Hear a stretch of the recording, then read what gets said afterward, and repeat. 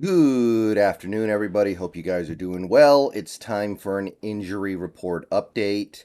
Pete Carroll has filled us in. Pete Carroll has provided some more information, and we can start forming a general idea of what kind of team we're going to have come Sunday against the New York Jets.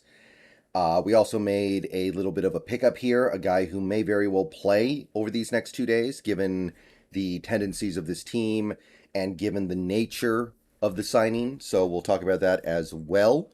Let's just go ahead and dive right in, starting with the big thing. This is kind of the thing that everyone's waiting for this week.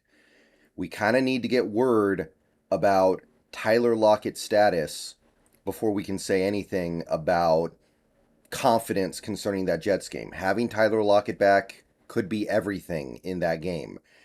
Tyler Lockett, all the advanced metrics indicate this is one of the best receivers in the league. He doesn't put up monster numbers, but he is a monster player.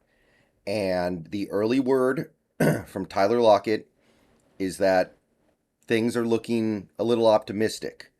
Carroll said of Tyler Lockett, he did everything in the walkthrough and he looked great. Now, that's just a walkthrough. That's not practice. That's not a guarantee of anything. Carroll even goes on to say, we'll see if he can play. We'll see from Carroll usually isn't the best news in the world. But the walkthrough was excellent. So, real chance that we have Tyler Lockett against the Jets. Things are starting to trend in that direction, I think. There's reason to be encouraged.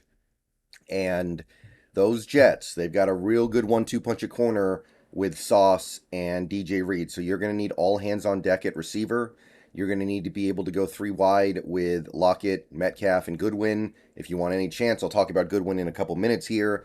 But Lockett sounds like he was able to catch passes. Sounds like there was no pain involved from what I read. Sounds like that his hand wasn't inhibiting him from being able to play. Apparently it was a little swollen, but he didn't drop anything. He wasn't unable to do any catches that he normally would be able to do. So there is reason for optimism. Condota would go on to tweet that Jordan Brooks believes that Tyler Lockett is going to play. Now, of course, just because he plays doesn't mean he'll be able to play effectively. I think we all understand that. We need to get to game day and actually see what he does on the field before we feel amazing about this. We've certainly seen Seahawks players in the past play in situations where they shouldn't have been playing, and because of that, largely because of that, they played bad. And we ended up regretting probably letting them play. But hopefully that is not the case here, and the early indications about Lockett's availability are positive. Okay, that's the big one. Here's another fairly big one. Abraham Lucas. He is going to try to play. So it looks like he is going to play. As of right now, the indication is he's going to play.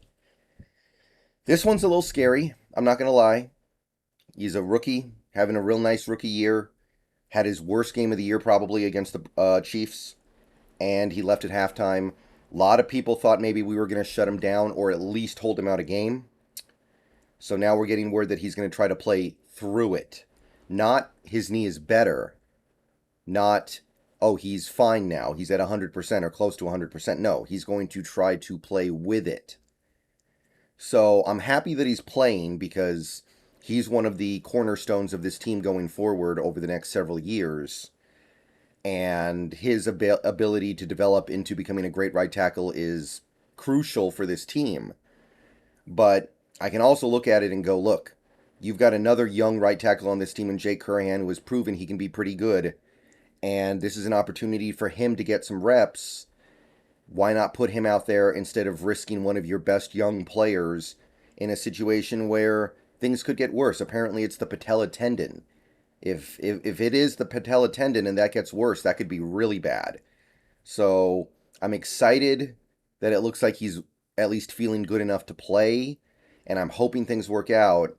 But it's also kind of nerve-wracking because you know that if something bad happens to Lucas now, he's probably not going to be ready for 2023. And you don't know how that could derail a man's whole career. So I have mixed thoughts here. I don't think it would have been a problem to just put Jake Curhan in there the last 2 games, but at the end of the day, you have to hope the doctors on this team know what they're doing and understand the risks and believe the risks are minimal. So hopefully it works out. Sounds like we're getting Abe Lucas on Sunday.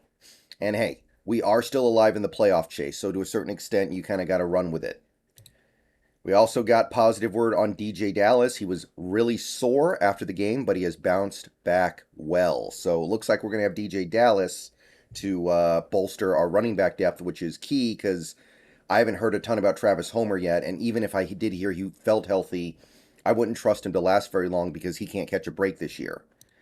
Furthermore, Al Woods will practice today, which is also a big deal. I mean, Al Woods, we need more depth on that defensive line. Even though Al Woods is only able to play probably, at this point, he should probably be playing 25 snaps a game at most. We need him. We need a body out there, somebody who can hold up against the run and take up space. So if he's practicing today, that means he's probably going to be good to go on Sunday. Ryan Neal, limited in practice today at best, which is not super encouraging to me. We may end up rocking with Tabor and Abram going into this upcoming Jets game, which I thought they held up respectably against the Chiefs. It wasn't great, but I thought it was fine, so be it. But the fact that Ryan Neal is limited at best and Carroll doesn't sound super optimistic about him indicates to me that he may not play, which is a bummer. He's having an incredible year. Good news here, though. Marquise Goodwin expected to be able to play. Maybe he won't be able to play at full capacity. Goodwin is a guy who struggled with injuries for a lot of his career, so it's not encouraging to hear that he's going to get some rest this week and not practice a lot. That's always a little concerning, and we need him. We need him right now. We are super thin at receiver. One of our top receivers may be playing injured if he plays at all. We need Goodwin. If Goodwin cannot play, then it's hard for me to picture a win against the Jets. I'll say that much. And finally, final bit of news, final bit of roster news here, also related to an injury. Will Dissly out, so the Seahawks have brought in a new tight end to the practice squad. It looks like Jacob Hollister to fill the spot that Bo Melton vacated yesterday. So, Jacob Hollister is back. You guys remember him from a couple years ago. He had a little bit of a decent report with Wilson, made some nice plays, ultimately was just a little too light, was just a little too weak to hold up from snap to snap. He couldn't really block. He was easy to push around. Just needs to put on some muscle or put on some kind of weight. But he could catch the ball. He could do some decent things. We would do that thing where we would kind of put him at fullback on the goal line, and he did fairly well there. There are some things you can do with Jacob Hollister that are all right. Obviously, it's not a huge deal. I'm not really going to act like this changes anything massively with this team. But we did need a third tight end because we like to do all these stuff with these different tight ends. And Tyler Mabry's just not it. So Jacob Hollister, serviceable for a couple games.